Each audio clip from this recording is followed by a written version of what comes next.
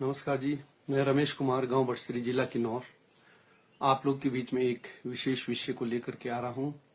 बीते दिनों जिला किन्नौर में कल्पा के अंदर लिटरेचर फेस्टिवल 2025 मनाया गया।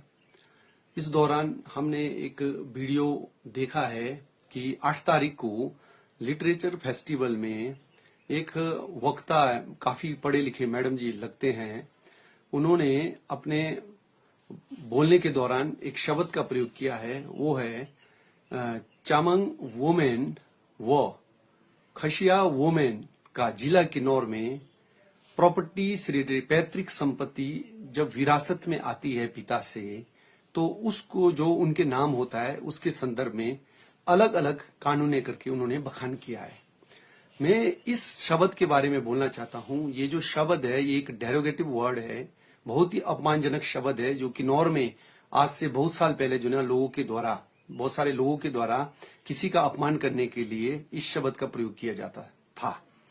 तो उन्हें जो बहुत मैडम जी है, जो बहुत पढ़े लिखे लगते हैं, जो अंग्रेजी में ही अपनी व्याख्या दे रहे थे, तो उनको ये शब्द बोलने से पहले उन चीजों का, वहां के जो भौगोलिक परिस्थिति, क्योंकि जिला किन्नौर एक शेड्यूल्ड एरिया है, उनको वहां की लोकल कस्टमरी लॉ की भी जानकारी होनी चाहिए।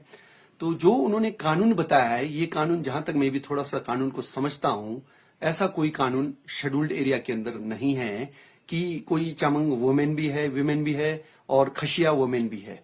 जो भी है कानून किन्नौर के लिए पूरा एक जैसा कानून है, कस्टमरी लॉ, वो उसमें जाने की हमें जरूरत नहीं है। लेकिन जो ये शब्द है, ये शब्द से मुझे जो ना आपत्ति है, क्योंकि इतने पढ़े लिखे लोगों का इतना सार्वजनिक मंच से ये बात बोलना अशोभनीय है।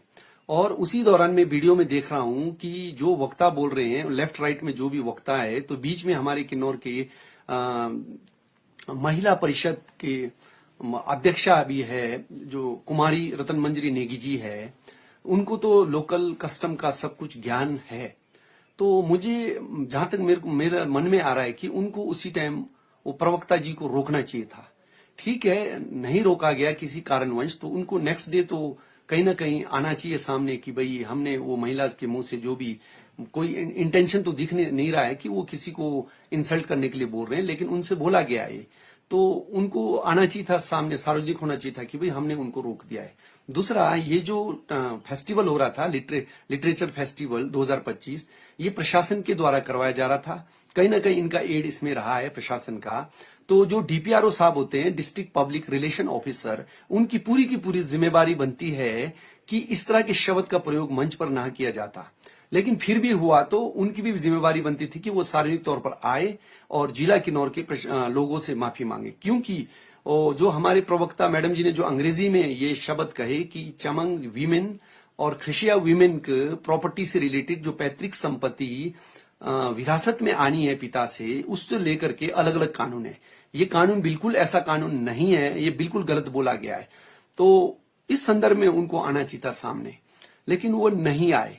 तो इससे किन्नौर के लगभग और 35-40 हजार लोगों को जो ना ठेस पहुंचा है। इन्होंने ये जो डेरोगेटिव वर्ड बोला है, ये दोबारा से इस शब्द को हमारे जो प्रवक्ता जी है वो सार्वजनिक तौर पर आए, कई मीडिया, सोशल मीडिया के थ्रू, और माफी जो ना हमारे जिला किन्नौर के लोगों से मांगे, क्योंकि ऐसा शब्द कहना बिल्कुल अनुचित है, असंवैधानिक है और पार्लियामेंट्री वर्ड नहीं है।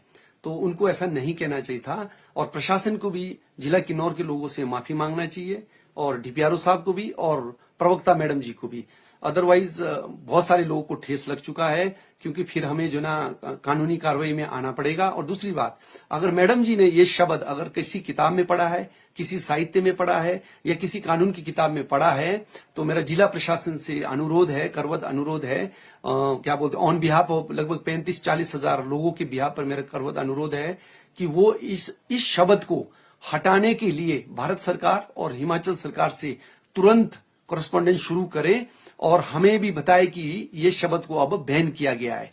जिस तरह से आज से मेरे को एग्जैक्ट सन याद नहीं है, ये 70-71 में जो ना एक हरिजन शब्द का प्रयोग किया जाता था भारत के अंदर, उसको बैन किया गया है, अब वो शब्द प्रयोग नहीं किया जाता है। उसी तरह से जिला किन्नौर के अंदर ये चमंग शब्द को तुरंत प्रभाव से बैन किया जाए, जहां पर भी साहित्य में है और जो है ना किताबों में है कहीं कानून की या किसी सेंसस बुक में कहीं मेंशन है तो तुरंत प्रभाव से जो है इसको हटाया जाए और इस संदर्भ में जो है जिला किन्नौर के लिए भी सर्कुलर निकाला जाए और हिमाचल के भी अलग अलग प्रशासनिक अधिकारियों को सर्कुलर भेजा जाए। यही मेरा अनुरोध है। मैं विश्वास करता हूं कि प्रवक्ता जी आएंगे, सार्वजनिक तौर पर माफी मांगेंगे और डीपीआरओ साहब भी आएंगे, माफी मांगेंगे और जिला प्रशासन किन्नौर भी सामने आएंगे और माफी मांगेंगे। अन्यथा हमें जो है ना मजबूरन होकर के कानून का सहारा लेना पड़ेगा और एफआईआर थाने में जाकर के हमें लॉन्च करना पड़ेगा। Thank you. जय हिंद, जय भारत। Thank you.